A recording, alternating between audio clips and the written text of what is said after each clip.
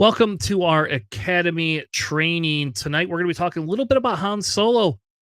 It's it's part of the meta. It's been part of the PQ. Han Solo from set 1, and now we're here to talk a little bit about it. He is the audacious smuggler, and a lot of people are probably asking, "Hey, what do we do against Han? Is it something that we have the ability to play against? Is this just going to be the next Boba Fett?" And what I wanted to do is I want to talk a little bit about the numbers and then talk a little bit about Boba Fett himself.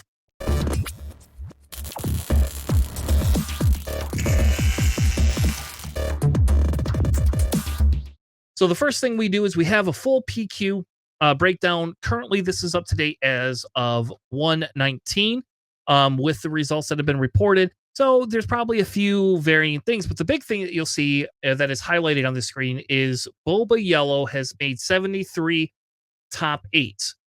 Underneath that, we have our 60-ish ones from Sabine that is also made top 8, and that's for just this set only, right? And I think one of the things that we have to look at is where was Boba Fett green at last year or Boba Yellow, right? And so the difference is that between the two of them, they had almost 42% of top 8s during that time. With the total of Han, we have less than 25%. So now it probably doesn't make you feel better. 25%, it is still a lot. That is not something to scoff at. But having literally less than a lot less than what was had beforehand, I think that's like very important. The numbers before really did show Boba just being super dominant. And so I think one of the big things is as we talk through, like, how do you counter Han? What do we do against Han? Is there something we can play against? Where are we going to go from here? This is the big question, right? Is Han way, way up here in terms of how we saw Boba Fett? And to answer that question, one of the big things is obviously he has action cheat economy. You do have to pay or put a card down to get that resource, but with smuggle and all these other things, Han is kind of not as upset as he was before. For example, you want to put a Falcon out turn 1. You've got 2 L337s. You put one down. You have the other one in your hand. You can play it down. So now you got 2 L337s in your resource row. And you know what? You probably don't need to. You get rid of the one when you have to get rid of a card. And so the big thing with Han is, does he really take up that big of the meta? Is it something we should be worried about or not? So my personal opinion is that Han Solo is not the big meta menace that everybody should 100% be worried is going to be the next Boba. Now, if we continue to see him rise, obviously, yes, that will be a big issue. We don't want to have that. He could possibly be on the band horizon. I don't think we're quite at that rate yet. But he is seeing a lot of success, and he is seeing success in all 4 colors. So it's not just a double yellow Han now. We now have Han green, Han blue, Han red as well. The big thing, one of the big things that have helped him is the Tech DJ combo. So as you can see on the screen, Tech and DJ, they're a little cute little combo with some drinks and some hot dogs, some fries, something that you would get if you really wanted to eat meat. You get a veggie dog too, but really it's the combo in there, and it's stealing your life away. If you eat too many of these combos, it steals your life away. Well, that's what Tech and DJ does. Tech and DJ steals your life and takes one of your resources and puts it in Han's resource row. Now, the big thing with Han, right, is the fact that after he steals your resource, he then has the ability to destroy a resource if he's put a resource down. So you could go through the play. We hit turn 3. We've got 4 resources down. We could play our Tech. On turn 2, if we really want to, we can play our Tech down. If they don't kill Tech, you then have the ability to next turn be able to put that 4th resource down, put a 5th resource down, immediately play DJ out, steal their resource to get you to 6, bring your Han out, then attack with Han putting down a 7th resource, and then you got to burn the 2. So guess what? You're burning your opponent's resource.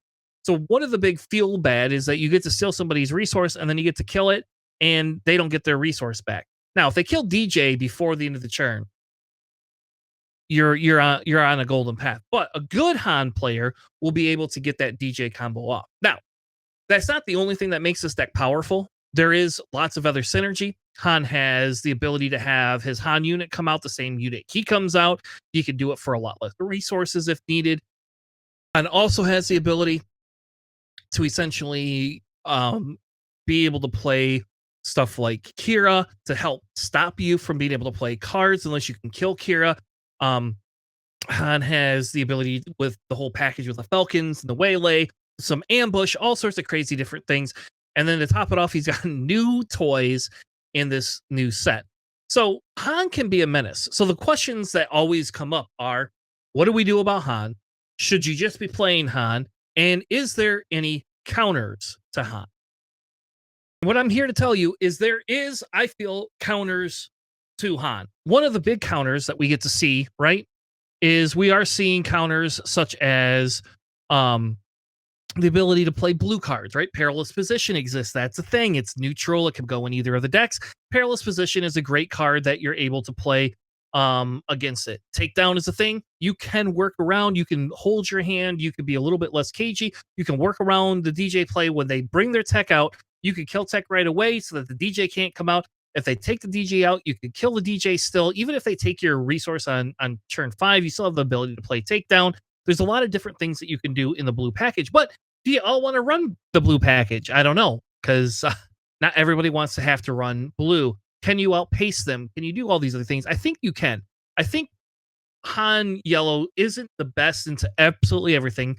You still have Django, which can tap things down. So I think one of the big things to prioritize is what can you do to, can you outrace him? So things like Sabine that care a little bit less about playing higher cost units is a thing. They also have ECL. ECL is huge into Han. You have the ability to take ECL.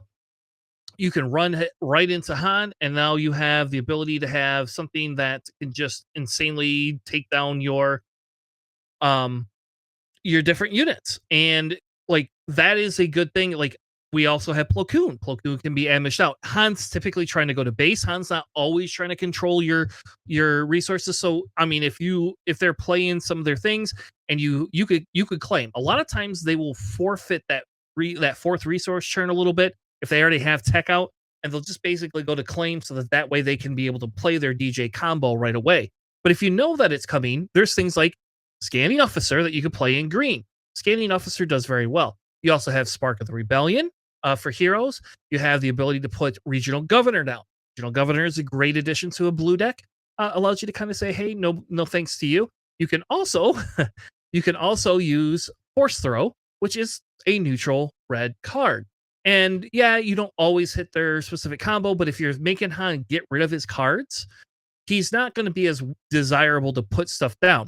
So for example, if he puts a DJ down, so if he resources and puts the extra card down turn 1 to be able to pump bigger units onto the board, like a 3/5 Liberators or a 3/4 Falcon, you have the ability at that point, right, to say, okay, hey, I'm going to play Pillage next turn. I'm going to Force Throw.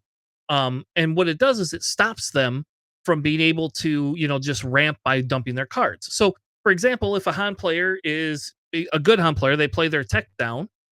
You can then just claim if you can't take care of tech that turn, then if you have the Pillage in your hand, you have the ability to just dump 2 of their cards. So now they're resourcing. Now they got to play something different. Now they got to pump with tech. And do some of these other things, because if they have to put another card down, they're now going to be out of cards, and that's definitely not the place they want to be. So there are cards that can really make this a harder matchup, but the question becomes, because a lot of people are like, well, what do we do if they're playing Bodhi now?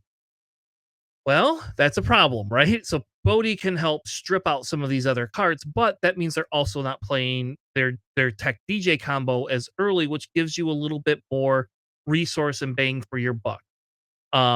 Blue overall, though, is probably your best bet against essentially going after them, and that's like one of the big things that can happen. I will tell you, there's 2 leaders that are always on my radar that are really good, and that's Kira and Director Krennic. Kira and Director Krennic, the ability to ramp, to be able to flip, to do all these different crazy things, makes it so that they have to play around your flip churns a little bit easier. So they can't just get off the DJ tech combo when you play a resupply. You're not playing anything else. Oh yeah, they hit your base for 5 to 6 damage, but now you're turning around playing that DJ tech combo, or worrying about their DJ tech combo. You're ramping, you flip Kira right away, and now if they bring out and steal one of your resources, you got a Kira that can essentially almost kill their DJ combo.